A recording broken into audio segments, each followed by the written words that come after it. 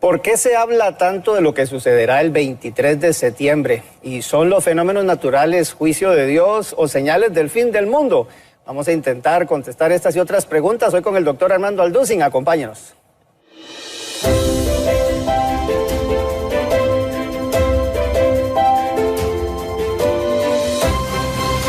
Está en mi corazón, yo danzo como David.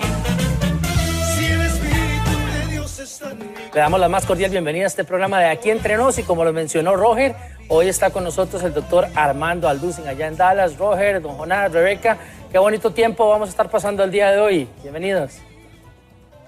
Así es, bueno, saludamos a todos y saludamos a don Armando también. Qué bueno, don Armando, tenerlo nuevamente en el programa. Qué gracias por invitarnos, al contrario, muchas gracias a todos ustedes. Saludos allá en Costa Rica, a todos ustedes también. Gracias. Bueno, hay preguntas muy buenas, ¿verdad? Porque en este mes de septiembre se ha juntado ahí algo que están hablando mucho del día 23 de septiembre, etcétera, etcétera. Así es que, bueno, vamos a hacer preguntas. No sé si nos están viendo a través del Facebook Live hoy o no. No sé si no es segura, siempre o a veces sí. Sí, nos están viendo. Así que, bueno, saludamos a todos los que nos ven a través del Facebook Live. Y pueden hacer ahí preguntas. Me gusta eso, el Facebook Live, porque después uno puede ver las personas y ver las caras de las personas y los países y un poquito más conocer la gente también que sigue el programa. Bueno, pero todo esto de las cosas que están pasando en la naturaleza, terremotos, los huracanes, don Armando, la gente se pregunta, ¿son esto juicio de Dios que está trayendo o tendrá algo que ver más bien con profecías que están cumpliéndose o por cumplirse, etcétera, etcétera? Sí, bueno, es muy importante. Bueno, en primer lugar, qué buena pregunta, y creo que tenemos bastantes preguntas interesantes para contestar el día de hoy. Pero es muy interesante que la Biblia asocia el pecado del ser humano con la naturaleza. Cuando Adán y Eva estaban en estado de perfección delante de Dios, pues no había veneno en los animales, no había huracanes, no había temblores, absolutamente todo era una quietud y una paz en el huerto de Edén y en el planeta de la Tierra. Pero es interesante que el momento en que el pecado entra, cambia la genética, o sea, el ADN sufre una alteración tanto en el ser humano como en los animales. Los animales se vuelven feroces, a la rosa le salen espinas y comienza un cambio en la misma naturaleza. Y en el capítulo 24 de Isaías, dice hace 2700 años el profeta en el versículo 3 en adelante, que la tierra está profetizando que algún día sería vaciada, saqueada, destruida e iba a enfermar. Y el versículo 5, haríamos muy bien en poner atención, porque aquí precisamente se nos revela qué es lo que está pasando actualmente y la razón por la cual parece que la naturaleza se nos ha echado encima, nos está agrediendo y el mundo parece que ya no nos aguanta. Dice el versículo 5 de Isaías 24, la tierra se contaminó bajo sus moradores porque traspasaron las leyes. Número 1. 2, falsearon el derecho. Y 3, quebrantaron el pacto sempiterno. Por esta causa, la maldición consumió la tierra. En otras palabras, pues Dios es un Dios que ha establecido leyes cósmicas en el universo, las leyes de la gravitación, las leyes del electromagnetismo, las leyes nucleares, la fuerza, y la poderosa y la débil, y al mismo tiempo Dios ha establecido leyes morales, y estas leyes morales tienen que ser respetadas. Si yo voy caminando en una montaña y piso en equivocado y hay un vacío, la ley de la gravedad me atrae al centro de la tierra. Es inexorable esta ley, funciona a las 24 horas. De la misma forma, cuando nosotros violamos las leyes morales de Dios, tenemos que recibir las consecuencias. Y vemos nosotros claramente que hace 2700 años la Biblia establece que el ser humano ha llegado un momento actual en el año 2017 donde hemos traspasado y transgredido todas las leyes de Dios. Y es interesante que al final se diga que hemos quebrantado el pacto sempiterno. ¿Saben ustedes cuál es el pacto sempiterno? El matrimonio. El matrimonio es el fundamento y la ley más grande que Dios ha establecido en el mundo. Es la ley que establece el fundamento de todas las sociedades. Y hemos llegado en los últimos años a transgredir esta ley donde estamos definiendo ya el matrimonio y nosotros ya diciendo que puede ser entre un hombre y una mujer y una mujer, y al grado de estar aún dándoles niños en adopción. Y esto simple significa que hemos llegado a una descomposición social tan grande, porque vuelvo a repetir, es el fundamento de la sociedad. Las sociedades están fundamentadas en matrimonios y en la familia, y la familia es un papá, una mamá e hijos, y cuando llegamos a este punto, pues no nos extrañe que el planeta se vuelva contra nosotros, porque la Biblia lo establece claramente. Violamos las leyes de Dios y la naturaleza se vuelve contra nosotros. Entonces no nos extrañe todo lo que está pasando alrededor. Pastor, ¿y cómo podríamos explicar, por ejemplo, que a través de todos los siglos de la humanidad siempre se ha quebrantado la ley o el pacto del matrimonio de alguna u otra forma? Tal vez no de la forma como lo estamos viendo hoy en día, pero siempre ha habido personas en adulterio, violaciones, separaciones, abandono de los hogares. ¿Por qué ahora sí se refleja en el planeta y antes no? Claro, muy buena pregunta. Bueno, la respuesta es que siempre ha habido pecado, siempre ha habido temblores, siempre ha habido problemas de la naturaleza, pero nunca en toda la historia del ser humano se había institucionalizado los matrimonios gay.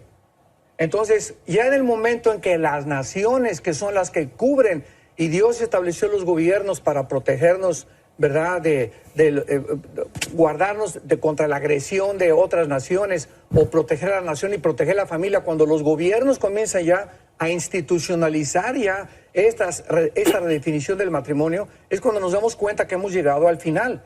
O sea, vuelvo a repetir, esta es la razón por la cual siempre ha habido, pues el gobierno había protegido, pero ahora lo están haciendo legal, se está convirtiendo en algo normal, y Jesucristo habló claramente en eso. Dice Mateo 24:12, por haberse multiplicado la maldad, y no hay maldad más grande que lastimar la familia. Armando, entonces usted lo atribuye, digamos, más a juicio de Dios, lo que estamos viendo en los fenómenos atmosféricos tan violentos, lo atribuye más a eso que al cambio climático o que a las profecías, inclusive, todo lo que tiene que ver con los tiempos del fin, etcétera, etcétera. Claro. Bueno, hay que entender también que antes de la segunda venida de Jesucristo, Marcos 13, Lucas 21, Mateo 24, la Biblia dice claramente que habría catástrofes. Entonces, tenemos que esperar estas catástrofes. Jesucristo lo predijo. Tendría que haber cambios climáticos, pero todo esto como consecuencia del pecado humano. En los últimos tiempos apostatarán muchos oyendo espíritus engañadores. Habrá falsos profetas, falsos apóstoles, falsos maestros. Cristo dijo que esta descomposición del carácter humano iba a traer como consecuencia todo lo que estamos actualmente enfrentando. Una pregunta, porque que tenías algo. No, iba a pasar a la siguiente. Bueno, una pregunta nada más en cuanto a... quiero hacer esta pregunta porque tal vez la vamos a necesitar en algún momento del programa también. ¿Cómo se puede construir o cómo se evidencia la unidad en el cuerpo de Cristo el día de hoy? Creo que todas estas diferencias, digamos, hay gente que le ha oído a usted lo que acaba de... algo que es su posición, nada más en cuanto a los fenómenos atmosféricos, y usted da su respuesta. Eso a un sector o a unos cristianos, a otros cristianos, en cuanto a eso hay quizás 15, 18, 30, 50, 100 posiciones diferentes en cuanto a eso, y qué bárbaro, don Armando. Pero entonces, ¿cómo se puede construir o cómo se evidencia la unidad en el cuerpo de Cristo el día de hoy? Bueno, precisamente esta falta de amor que Jesucristo predijo que iba a azotar la humanidad, aumentaría la maldad. Dice en el libro de Efesios capítulo 4, versículo 5, siguiendo la verdad en amor. Crezcamos en todo aquel que es la cabeza, que es Cristo, de quien todo el cuerpo bien concertado y unido por las coyunturas, nos ayudamos mutuamente. ¿Qué ha pasado? ¿Por qué ese desmembramiento del cuerpo de Cristo? ¿Por qué tantas divisiones entre las mismas denominaciones? Cada pastor o cada líder espiritual ya está haciendo de su iglesia o de su denominación su propio imperio, cuando estamos trabajando todos para el reino de Cristo. Es la falta de amor. Y esta falta de amor precisamente es por tanta presión de la maldad a nuestro alrededor, que nos hace centrarnos en nosotros mismos, concentrarnos en nuestros propios intereses, en mi propia iglesia, en mi propia denominación, y se nos olvida que somos un cuerpo. Entonces, claramente, 1 Corintios 12 lo explica, que todos somos parte de un cuerpo y todos nos necesitamos. Uno es los bautistas, la oreja, tal vez, otros los presbiterianos, la nariz, pero todos formamos parte del cuerpo de Cristo. Y esto, ¿verdad?, también ha traído que el entristecimiento del Espíritu Santo. El Espíritu Santo está entristecido completamente por nosotros, porque vuelvo a repetir, cada quien está buscando su propio beneficio. Como decimos en mi tierra, cada quien le está echando agua a su propio pozo. Muy bien. Ok, dice aquí... Ay, perdón. Adelante, Roger. Perdón, Rebe. No, aquí, bueno, Paola Sáez dice, en Ezequiel y Apocalipsis 9:4 se habla de señal, sello de Dios en la frente. ¿Qué quiere decir? ¿A qué se refiere? ¿Y por qué en la frente? Muchísimas gracias, doctor Alducin. Sí, en el capítulo 8 y 9 de Ezequiel encontramos una profecía donde Dios va a juzgar a Jerusalén, pero principalmente va a juzgar a los líderes de Jerusalén, porque acordémonos que en primera de Pedro 4 dice la Biblia que el juicio antes de que Dios juzgue al mundo va a comenzar con nosotros. Tenemos que recordar esto. Vienen juicios tremendos sobre el mundo, pero estamos también en un tiempo de purificación de la iglesia. Entonces, en Ezequiel 9, dice la Biblia que Dios le dijo a los ángeles que pasaran por la ciudad, versículo 4, y les pusieron una señal a los hombres que gimen, a los que estaban realmente preocupados, dolidos, entristecidos por los pecados que había dentro del pueblo de Dios. Y a estos son a los que Dios perdonó. Esta señal que la Biblia no menciona es la palabra hebrea con T de tío, A de Armando, B de Víctor, Tav. Y esta señal es interesante que en el hebreo es la palabra cruz, porque en el hebreo las mismas letras tienen un significado numérico también. Y en el libro de Apocalipsis capítulo 7, que no es el capítulo 9, es el capítulo 7, donde son marcados los 144,000 en la frente, la Biblia no nos dice exactamente qué clase de marca es, pero lo que podemos saber es lo siguiente. El Espíritu Santo ha trabajado de diferentes formas. En el Antiguo Testamento entraba y salía de los hombres. En el Nuevo Pacto ha entrado a nosotros a morar hasta el día de la resurrección. La salvación no la podemos perder, estamos sellados, la salvación es eterna y jamás nadie nos podrá separar del amor de Cristo, ni hay un juicio contra nosotros de condenación por el pecado, porque Jesús ya pagó por él. Y cuando la iglesia salga antes de la tribulación, ¿qué hace Dios? Regresa otra vez con su pueblo Israel. Romanos 9, 10 y 11. Entonces, el Espíritu Santo tiene que trabajar de manera diferente en el tiempo de la gran tribulación. ¿Cómo lo va a hacer? Ahora ya no es el sello interno como nosotros lo tenemos, sino va a ser un sello físico externo, tal vez porque estos 144,000 van a tener la necesidad de ser reconocidos entre ellos. Bien, aquí nos está preguntando, dice, ¿dónde quedó el jardín del Edén después que Dios sacó a Adán y a Eva? Bueno, el jardín del Edén era el medio ambiente perfecto. Lástima que Juan Carlos no está aquí, porque él no podía decir, él estuvo ahí. Bueno, sí, el jardín del Edén era un medio ambiente perfecto. Entonces, el momento que el hombre peca, un hombre imperfecto no podía vivir en un medio ambiente perfecto. Entonces, es lógico, ¿verdad?, que Dios los haya sacado del jardín del Edén y no tenemos ninguna revelación en la Biblia acerca de qué sucedió con el jardín del Edén. Lo único que sabemos es que se encontraba geográficamente en lo que ahora es la zona de Irak, en el Antiguo Testamento Babilonia, la tierra de Sinal o la tierra de los caldeos, pero tal vez desapareció ese medio ambiente porque ahí no había pecado, no había moscos, no había lluvia, no había animales ponzoñosos, etcétera, etcétera. Entonces, lo más lógico, ¿verdad?, es que Dios lo haya simplemente desaparecido. Si era un ambiente perfecto y no podía vivir el ser humano en un ambiente perfecto, ¿por qué estaba la serpiente en el ambiente perfecto? Bueno, porque Dios, dice la Biblia, ¿verdad?, por ejemplo, cuando el sol sale y el sol alumbra la basura no contamina a Dios. Los rayos del sol llegan, ultravioleta, y pueden pasar por la mugre y por un basurero, y nos damos cuenta que no pueden contaminar al sol. Entonces, la santidad de Dios, dice la Biblia también que en Job, Satanás se presenta delante de Dios, y la pregunta es, pero ¿cómo puede una persona indigna o una entidad pecaminosa como Satanás o Lucifer presentarse delante de Dios? La misma pregunta le hacían a Jesús. ¿Cómo puede el Mesías? ¿Cómo puede decir que es hijo de Dios y abraza a las prostitutas y abraza a los pecadores? Simplemente, ¿verdad?, porque el pecado no influye en Dios. No puede emanar ninguna fuerza negativa sobre la santidad de Dios. Entonces, esta es la razón por la cual Dios puede tener a Satanás enfrente de él, a Lucifer enfrente de él. ¿Por qué? Porque no lo contamina. El problema con nosotros es que si la fuerza espiritual no es más grande que la fuerza externa de los pecadores y tú permites que una muchacha o alguien se acerque a ti sin que tú tengas la fuerza espiritual, te contamina. Esa es la grande diferencia. Entonces, esta es la razón por la cual Dios prohíbe que un cristiano se case con una no cristiana, porque en el momento en que ya lo hace, ya violó la ley de Dios, ya se está debilitando espiritualmente y el mal va a influir en esa persona más que el bien.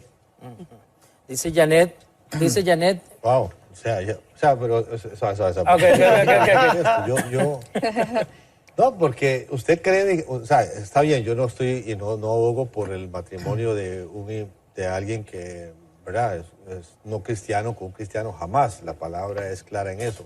Pero vamos, se casaron los dos y no eran cristianos ninguno de los dos. Se convierte ella o se convierte él. Usted dice que por mantener, porque si fuera cierto, yo no sé si comparto con usted, porque quiere decir que se convierte uno de los dos.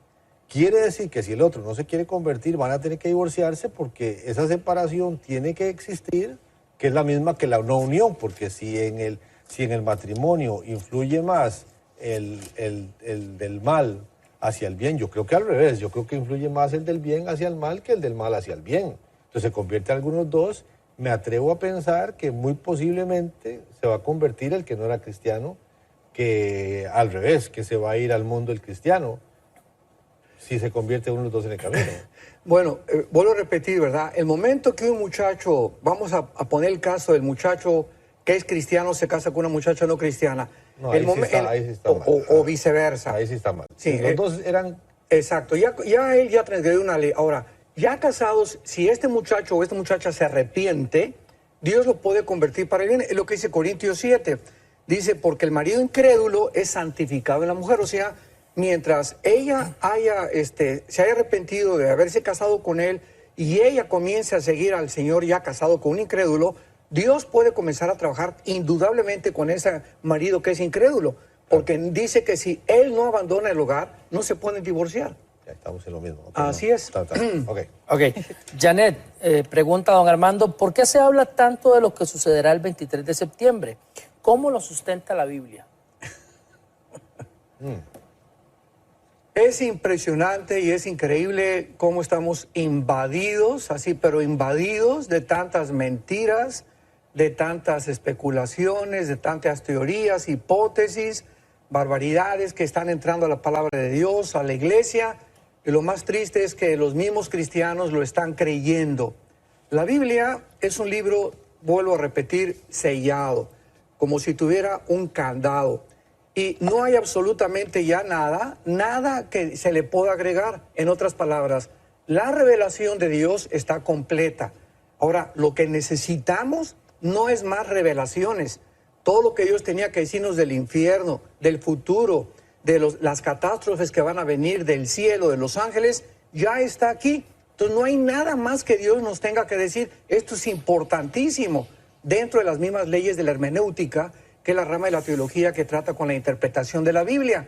Y cuando nosotros no entendemos eso, estamos aceptando pues que una profeta o este profeta nos dijo estas cosas. Bueno, vamos a la ley y al testimonio siempre. La Biblia es nuestra única guía, regla de conducta y de moral. Entonces necesitamos iluminación de lo que ya está revelado, pero no hay nuevas revelaciones. ¿Y qué dice la Biblia del futuro?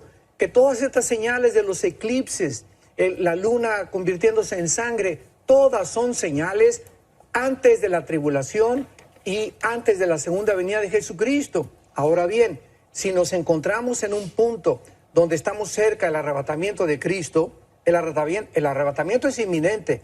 No hay absolutamente ninguna señal para que podamos saber que el rapto está a la puerta. Puede ser ahorita saliendo de este estudio, mañana, el año que entra, no hay día ni hora, nadie lo puede saber. Ahora, ¿por qué está manejando el 23 de septiembre? Porque la Biblia menciona 7 fiestas. Las 7 fiestas en Levítico 23 que Dios le dio a Israel. Y es interesante que estas fiestas no son de los judíos, son fiestas de Dios. Él está celebrando estas fiestas y se las está dando a su pueblo, o se las dio a su pueblo, para que ellos pudieran comenzar a discernir a través de las 7 fiestas su programa cronológico y descubrieran a Jesucristo. Porque Jesús se encuentra detrás de todo. Desde el capítulo 1 del Génesis hasta el Apocalipsis, Jesús es el espíritu de la profecía. Ahora bien, la primera fiesta fue la Pascua, la cumplió Cristo. Los panes sin levadura, los primeros frutos la cumplió Cristo. Y la cuarta fue, ¿verdad?, la muerte de Cristo en la cruz del Calvario con la venida del Espíritu Santo en Pentecostés. Estas 4 fiestas ya se cumplieron y todas tenían lugar en las primeras lluvias, que es marzo, abril más o menos, la primavera, el mes de Nisan. Faltan 3 fiestas. ¿Cuáles son? Rosh Hashanah, que es la palabra que encabeza el año nuevo de los judíos, y es la fiesta de las trompetas. La segunda es la expiación, que viene 40 días después del Lul, de los últimos días de julio para entrar a septiembre, y faltan los tabernáculos, que vamos a celebrarla cuando Cristo venga. Ahora están todos relacionando de que las trompetas o Rosh Hashanah, como sucede entre el 20 y el 23 este año de septiembre, pues que va a suceder algo por la cuestión del eclipse y de los huracanes que están cayendo, pero la Biblia no nos menciona absolutamente nada. Y usar Apocalipsis 12 como lo están usando, de que apareció una gran señal, una mujer vestida del sol con la luna bajo sus pies, aquí lo dice claramente, era una señal para los judíos, por el amor de Dios, no para la iglesia. Aquí estamos hablando ya del tiempo de la tribulación, donde no está la iglesia, y esta señal es la constitución o la institución del Estado de Israel en un día formado en 1948 como una señal a los judíos de que estamos acercándonos a la venida del Mesías. Y lo dice aquí claramente, ¿verdad?, que el dragón estuvo siempre dispuesto a impedir que naciera Israel, porque esta mujer de Apocalipsis 12 es Israel. Entonces están sacando de su contexto, usando textos sin que tengan que relacionarlos con el libro de Daniel y con el libro de Ezequiel. Usar un texto de Apocalipsis sin conocer Daniel y Ezequiel es caer en barbaridades y en herejías. Entonces es increíble que se esté usando Apocalipsis 12 para relacionarlo ahora con el fin de semana del 21 al 23 de septiembre. Entonces, ¿qué está pasando? El diablo está sembrando pánico en el pueblo de Dios. O sea, ¿usted no está haciendo planes para el 23? Para nada, yo voy a seguir durmiendo como duermo mis 8 horas diarias. Tranquilo, ¿verdad? El Señor, mi pastor, nada nos faltará. No tenemos por qué estarnos estresados. Y si viene, pues ya estamos listos. Pero el diablo quiere provocar pánico, que intranquilidad, quiere alterarnos. No, pues ahora en qué voy a invertir, ahora esto y el otro. Pues vamos a casarnos. Muchos me han dicho, acabo de llegar anoche de Bogotá, de Colombia, y cantidad de jóvenes, pues ya nos queremos casar esta semana porque el Señor viene el sábado. Ay, no. Entonces imaginémonos nada más todas las cosas que están sucediendo, ¿no? Otros, pues vamos a divorciarnos antes de que venga el Señor, ¿verdad? Ahí nos toca estar allá, allá por la eternidad juntos. Por favor, regresemos a la palabra de Dios, por el amor de Dios. Una pregunta ya hacia usted, don Armando. En caso de que usted fielmente creyera y digamos que estamos 99% seguros de que usted la está pegando, si usted creyera que es el 23, si usted creyera que el fin del mundo es el 23, don Armando, ¿qué haría de aquí al 23? Hoy estamos, ¿qué? A 19. 19, sí. 19 de septiembre, faltan 4 días. ¿Qué haría don Armando si usted, digamos que usted, usted sabe que nos vamos y ¿qué haría? Bueno, voy a hoy, repetir, mañana, pasado.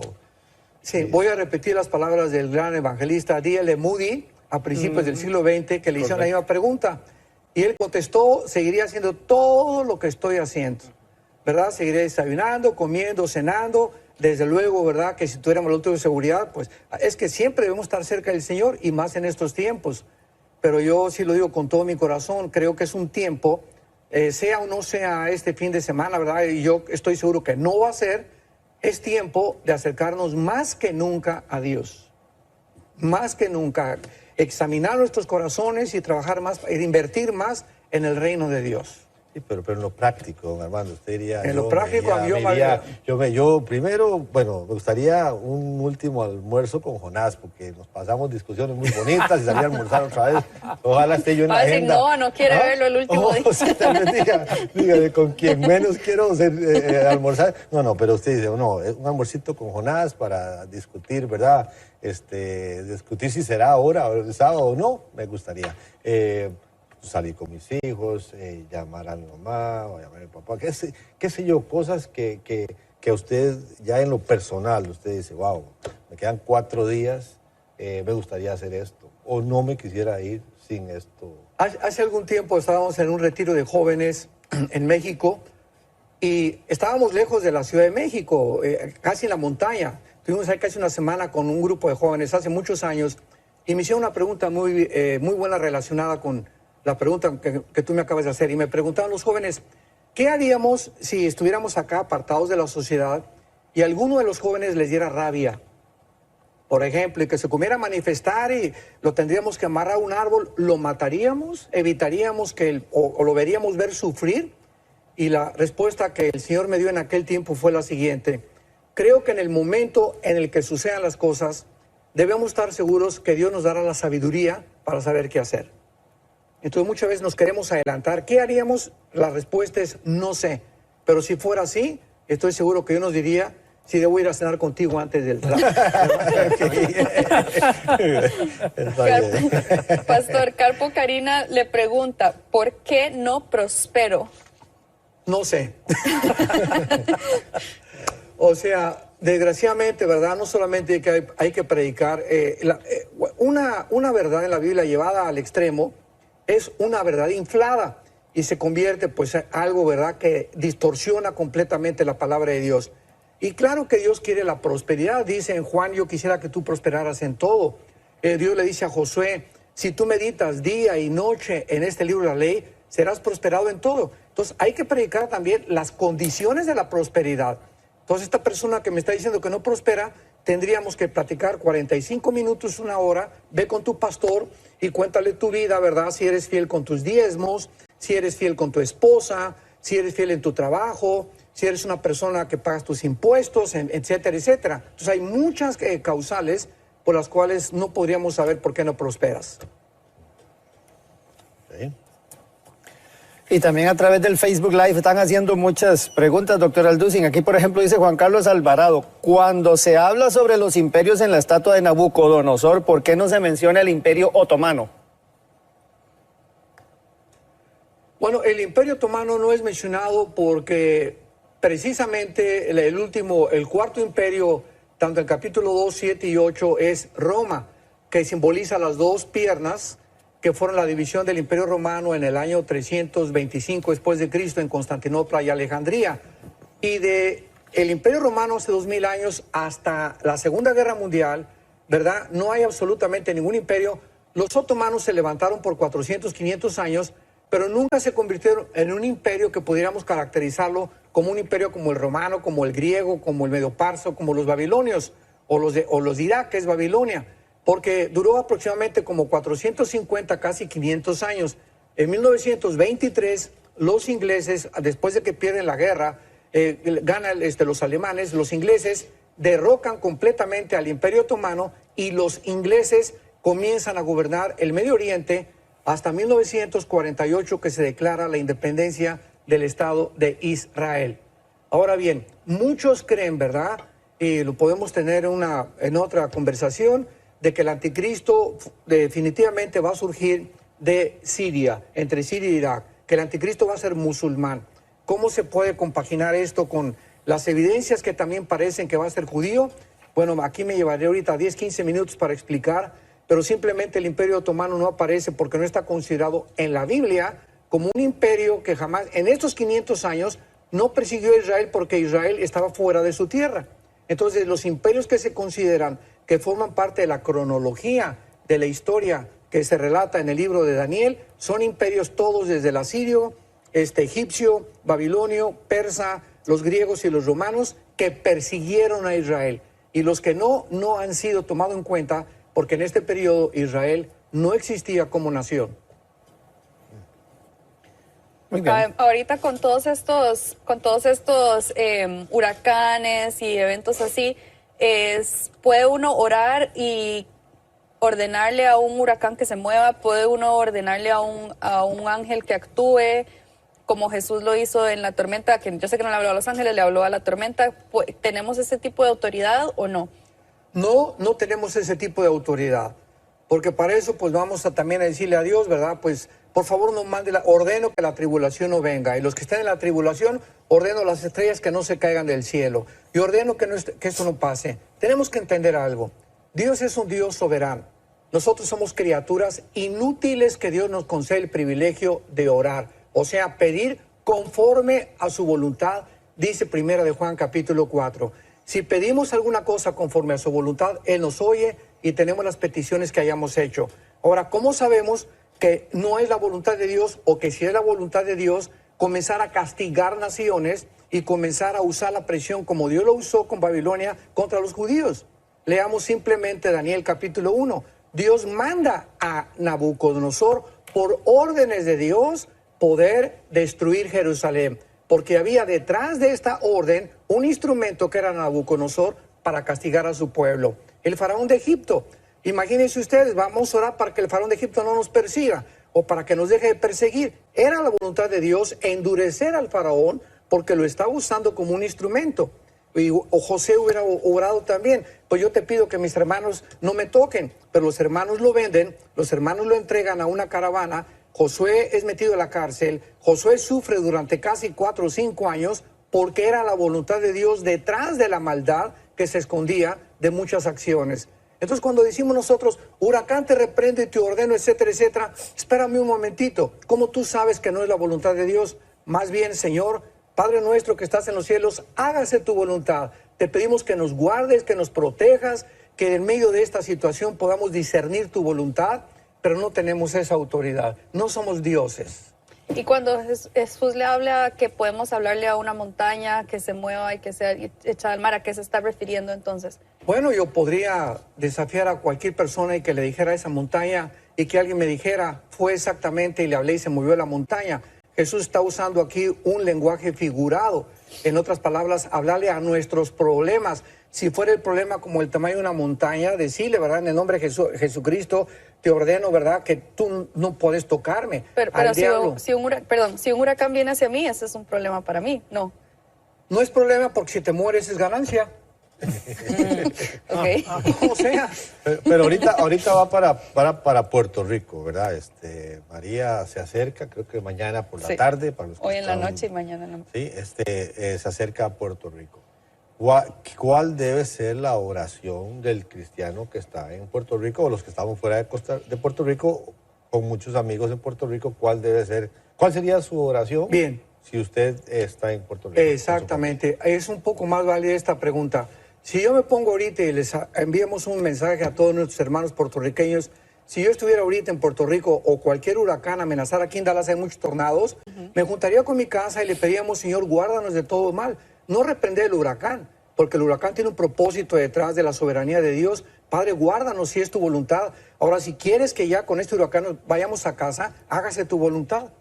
Entonces, pedirle a Dios, ¿verdad, Señor? Si es tu voluntad, guárdanos, protégenos. Y si no es tu voluntad, Señor, y quieres que nos vayamos con este huracán, pues para nosotros el morir es Cristo. Ahora, y ganancia. Pedir cualquier cosa en el nombre, ¿verdad? En el nombre del Señor. O sea, cualquier cosa podemos pedir. Entonces, no podría yo pedir que se debilite, que haga un chanfle para la izquierda o para la derecha, ¿verdad? Qué sé yo, ¿verdad? No podríamos... ¿Usted no cree que el cristiano pueda... Y también, ¿cuántas veces por la misericordia de Dios? Yo no sé si yo comparto con usted que es juicio de Dios, ¿verdad? O sea, por casi que le escucho y está usted diciendo estos son, al ser consecuencia del pecado, es juicio de Dios lo que está viniendo. Definitivamente. Porque yo no sé, yo comparto en absoluto lo que usted está diciendo, pero respeto mucho. Y es importante también saber esto, que aun cuando hablamos que son juicios de Dios, no significa que todos los que mueran estén juzgados por Dios. Tenemos que recordar que muchos inocentes y muchos cristianos, muchas veces, a través del juicio, ¿verdad? Nosotros tenemos que sufrir las consecuencias sin que necesariamente sea directamente contra nosotros. Un terremoto, por ejemplo, ¿verdad? En Sodoma y Gomorra y en el diluvio, ¿quiénes eran los que Dios salvó? Los que eran los justos. Entonces siempre debe ser nuestra oración. Yo no sé si es un juicio de Dios o no es un juicio de Dios, o hasta qué punto Dios le dio libertad a Satanás para poder dañar. A Job le dio permiso de destruir todas sus cosechas y todas sus propiedades con fuego, porque él tiene control de la energía, Satanás. Entonces tendríamos que discernir si es de Satanás o es de Dios. Si es de Satanás, Dios le dio permiso. ¿Por qué le dio permiso a Dios a Satanás? Siempre hay una razón sabia delante de Dios para permitir que Satanás destruya. Yo creo que el propósito, o sea, yo creo que el propósito y no estamos aquí para oír lo que yo pienso, y decir, ay, es Jonás, y digamos a don Armando, perdón, pero yo pienso que Dios en las leyes que usted está diciendo que él estableció leyes como los huracanes, súper necesarios para el mundo. Si no fuera por los huracanes, el calentamiento global, y ellos sacan el calor, y por eso su energía, la toma del calor del mar, porque tiene que sacarlo, tiene una función. El huracán tiene una función como la lluvia tiene una función, como todo tiene una función. Entonces, yo creo que del darle tal vez tildarlo de juicio, es ahí donde yo no sé si comparto. No creo que la gente tenga que morir en los huracanes. Yo creo que uno ve, por ejemplo, en la Florida, los códigos de Chile. Vamos a Chile. En Chile, porque hay mucha sismicidad, el código de construcción en Chile es impresionante. Y ya los edificios y las casas no se caen en los terremotos. ¿Por qué no podemos construir casas que no le afecten los vientos del huracán, ¿verdad? Si es que quieren estar tan cerca del mar, si es que queremos estar tan cerca del mar. Y si no sabemos, y si no, tenemos que saber que ese es el paso de los huracanes, y tal vez la construcción debería ser diferente y quizás prevenir de que no haya muertes. Creo que es una responsabilidad también del ser humano, el gobierno, las personas, las familias que deciden, ¿verdad? Si yo sé que vivo cerca de un río, tengo que tomar ciertas precauciones. No voy a orar para reprender al río. Dice en el libro de Job, capítulo 37, versículo 5 en adelante, él truena maravillosamente y hace grandes cosas que nosotros no entendemos. A la nieve le dice, desciende a la tierra, a la llovizna y a los aguaceros torrenciales, y hace retirarse a todo hombre para que los hombres todos reconozcan su obra.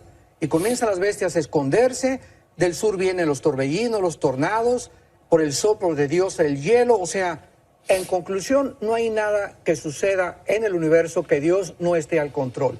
Tomemos las torres de Nueva York en el año 2001, el 11 de septiembre. 2 aviones se estrellan contra las torres y matan a ¿cuántas personas? 3,000 personas.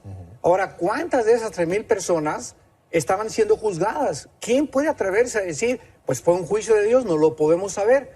Lo único que sabemos es que había cantidad de inocentes y cantidad de cristianos que sufrieron porque realmente ellos no tenían la culpa, pero sufrieron contra los que Dios estaba castigando. ¿A quién estaba Dios enjuiciando en el ataque de las Torres Gemelas? A la nación de Estados Unidos. Fue una señal que Dios envió al país donde se abría por primera vez la protección de Dios y el enemigo. Todo en el Antiguo Testamento vemos que cuando Salomón se enojaba, cuando David pecaba, le levantaba enemigos. Entonces, de las Torres Gemelas son atacadas porque fue la primera señal en este siglo donde Dios le estaba diciendo, ustedes tienen que comenzar a enmendar sus caminos y les he abierto la protección y el enemigo ya está en su tierra. Entonces, al mismo tiempo, ¿cuántos no murieron que eran inocentes? Pero fue un juicio de Dios en las Torres Gemelas también. Contra la nación, no contra las personas de los edificios. Entonces, en conclusión, cuando viene una tragedia, puede ser que alguien se muera porque está siendo juzgado por Dios o porque Dios usa ese ataque o ese elemento natural para que la persona se muera en ese tiempo. Básicamente, si entiendo. Hay algo que tenemos que recordar y es que todos estamos sentenciados a muerte. Dice en Hebreos 9:27, porque está establecido que tengamos que morir. Ahora, fíjense usted lo que pasa. Si se mueren 200 personas en un avión, se les llama tragedia. Si se mueren 200,000 en el tsunami de Indonesia, se le llama tragedia. Pero todas esas personas, tanto en el tsunami como en el avión, se iban a morir algún día, ¿o no? Pero cuando se mueren juntas, se les llama tragedia. Ahorita están muriéndose millones de personas, individualmente en hospitales de cáncer, etcétera, pero no se les llama tragedia. Se les llama tragedia cuando morimos juntos. Esto es muy interesante. Pero recordemos eso, todos tenemos que morir, ya sea juntos o no juntos, todos estamos sentenciados a muerte. Y la pregunta no es cómo vamos a morir, ni cómo vamos a proteger de los huracanes, sino, ¿estás tú preparado para encontrarte con tu Dios a la hora de tu muerte? Pero no aprovechamos el momento más bien, y hay preguntas muy interesantes que siguen, pero ¿por qué no aprovechamos la oportunidad para que personas que no han entregado su vida a Cristo puedan hacer esa decisión ahorita?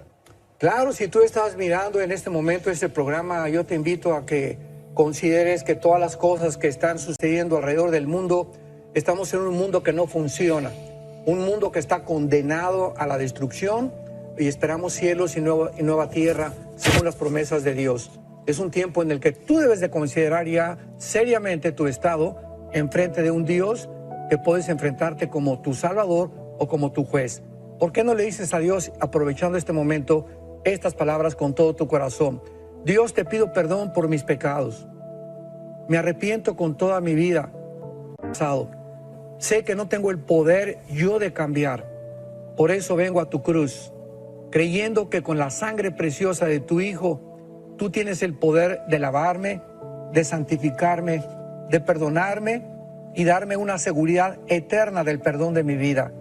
Señor Jesucristo, creo que a los 3 días resucitaste a los muertos, y como creo que vives, en este instante te pido que entres a mi corazón como mi Señor y mi Salvador.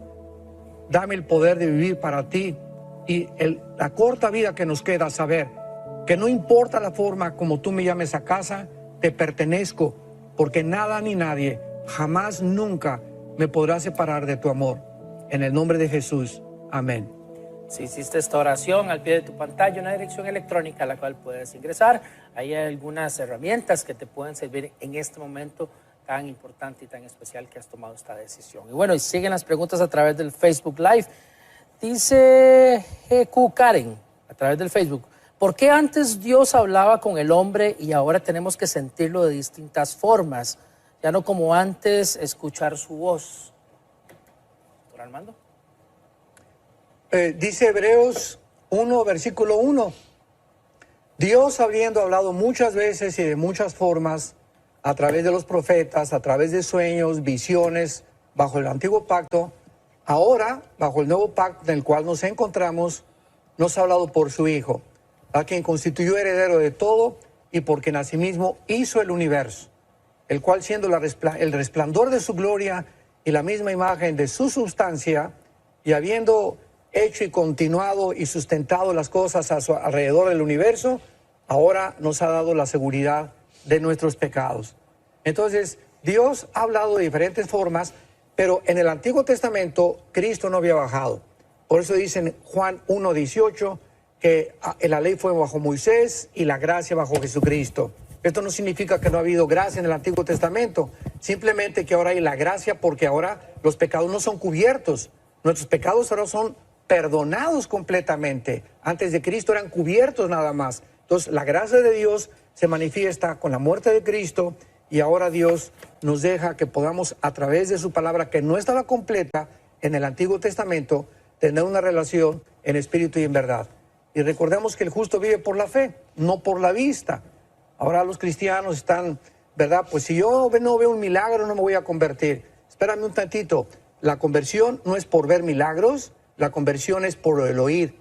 Primera de Pedro 1:23. El oír es por la palabra y por la palabra de Dios, siendo renacidos por la semilla incorruptible. Nunca un milagro nos va a dar la nueva naturaleza. Es la Biblia, el Evangelio, el que transforma nuestra naturaleza. Karin de Hernández nos dice: Pastor Armando Alducin, quiero que me explique el hablar en lenguas. Este tema sigue siendo un misterio para mí. Quiero entender este tema. ¿Es vigente el hablar en lenguas? Disculpen mi ignorancia. No quiero pecar por desconocer la verdad. Muy buena pregunta, y la Biblia dice en 1 Corintios capítulo 12 claramente, ¿verdad?, que Dios tuvo que regular los dones espirituales en esta iglesia de Corinto, que es y fue la peor de todas las iglesias del Nuevo Testamento. Era una iglesia de personas carnales que abusaban de todas las cosas que Dios les había dado. Y Pablo se vio la necesidad de escribirles y decirles que Dios opera de diferentes formas. Versículo 7, a uno les da la manifestación del Espíritu para provecho, a otro, hacia Carlos, a Juan, a Lupita, a diferentes personas, a otro el hacer milagros, a otro discernimiento de espíritus. Versículo 11, pero todas estas cosas las hace uno y el mismo Espíritu, repartiendo a cada uno en particular como Él quiere.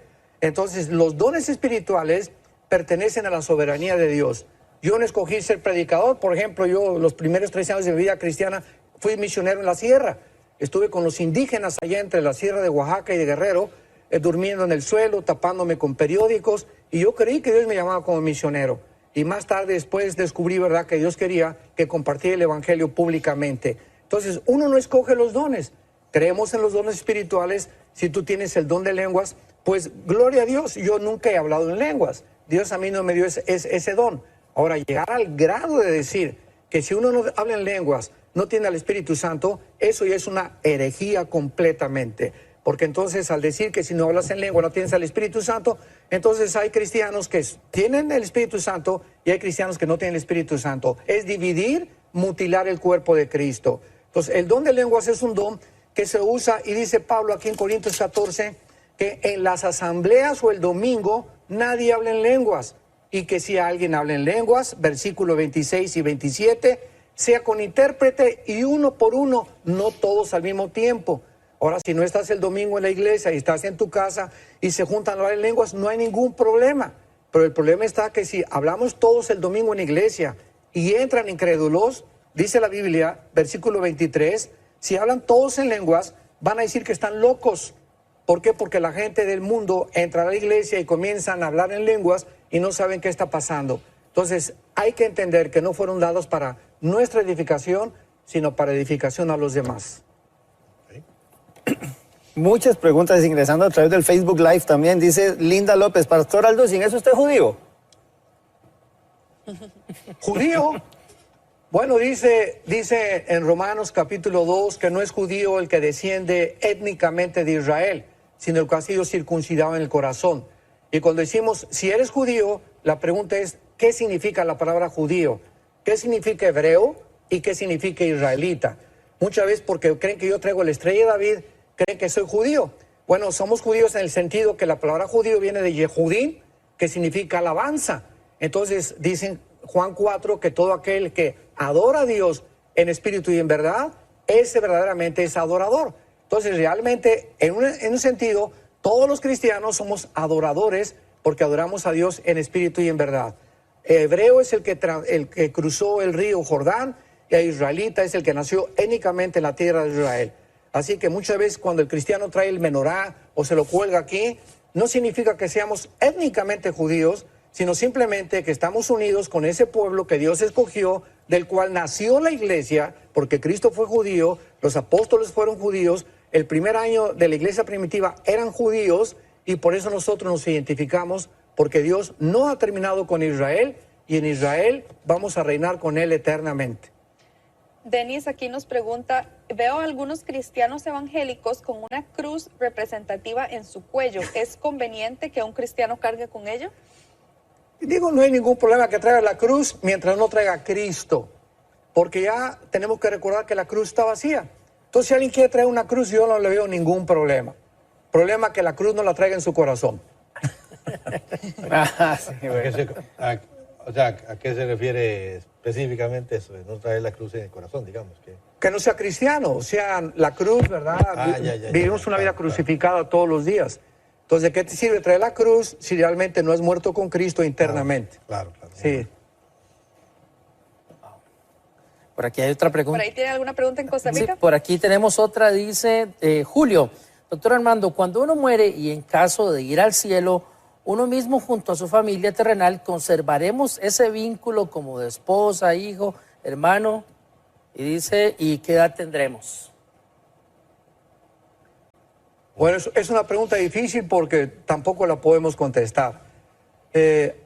Sabemos que en Isaías 65 dice que en el milenio vamos a continuar reproduciéndonos y que ya no darán a luz para maldición.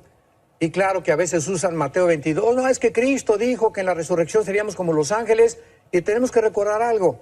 Si no entendemos escatológicamente la cronología del programa de Dios, son en estos contradicciones. Por un lado que nos vamos a reproducir, y por otro lado que Cristo dice que en la resurrección seremos como los ángeles, que no se casan ni se dan en casamiento.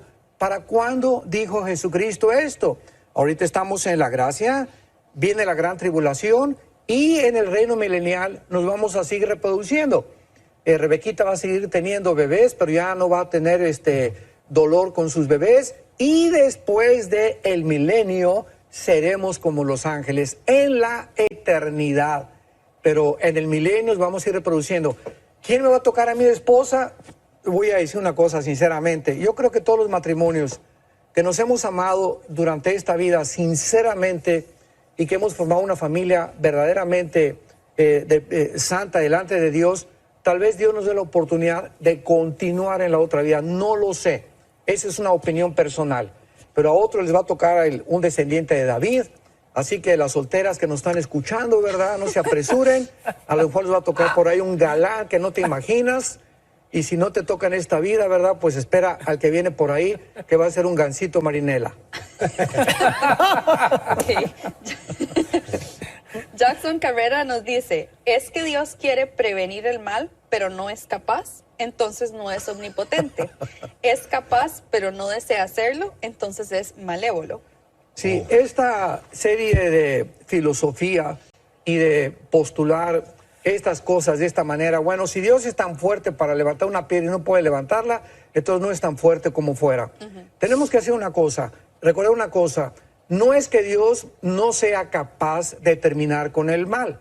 Simplemente dice en 2 de Pedro capítulo 3 que Dios está esperando para que todos procedan al arrepentimiento. Una persona me hizo esa pregunta, iba saliendo yo de una conferencia y al subir el elevador se acercó y me dijo, oiga, dígame usted, ¿Dios es todopoderoso? Le dije, claro que sí.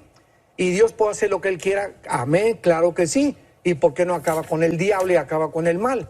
Y le contesté, porque dele gracias que porque comenzaría con usted. Así, ¿verdad? Que todas las gentes que hacen esta pregunta, como Richard Dawkins, que va a ir a Colombia, por cierto, ahora en diciembre, que es el ateo número 1 ahorita y el más respetado en el ateísmo, qué triste, va a recorrer 4 ciudades en Colombia.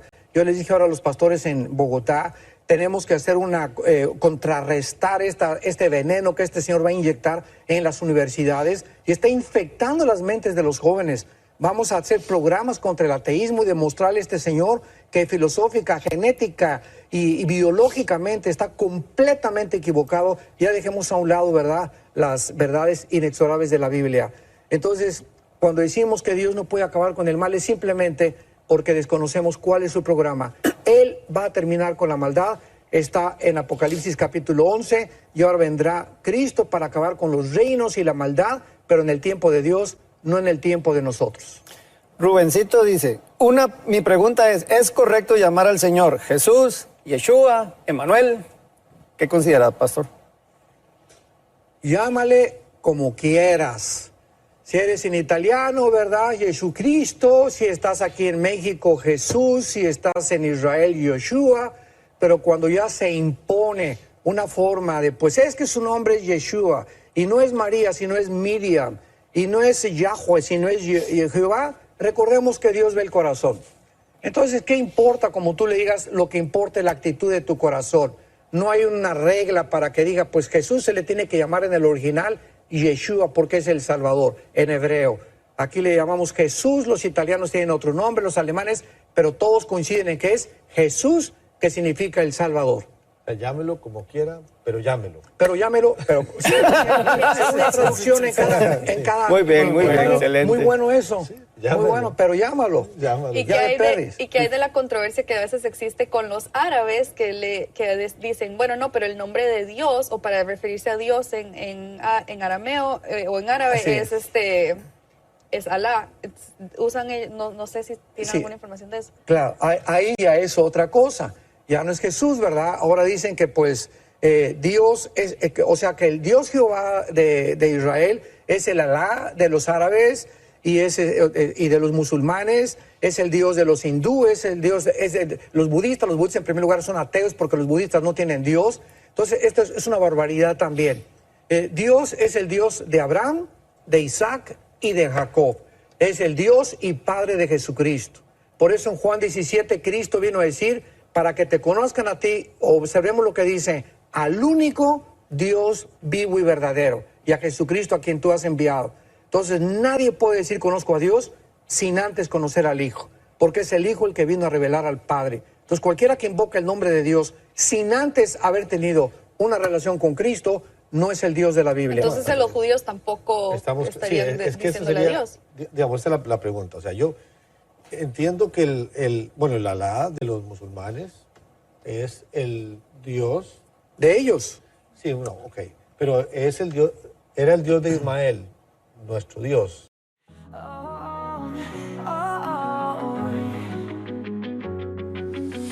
In the dark where shadows play, heartbeats echo in dismay. Lost the map to yesterday, words too sharp to ever say.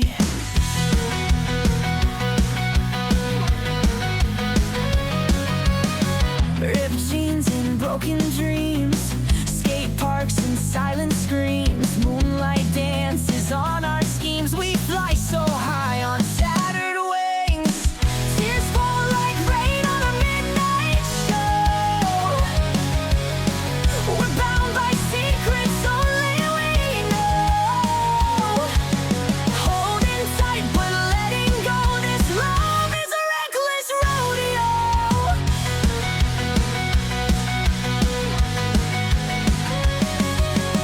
Graffiti hearts on alley walls, cage birds sing in concert halls. Lost within a maze of calls, we free fall where the night falls.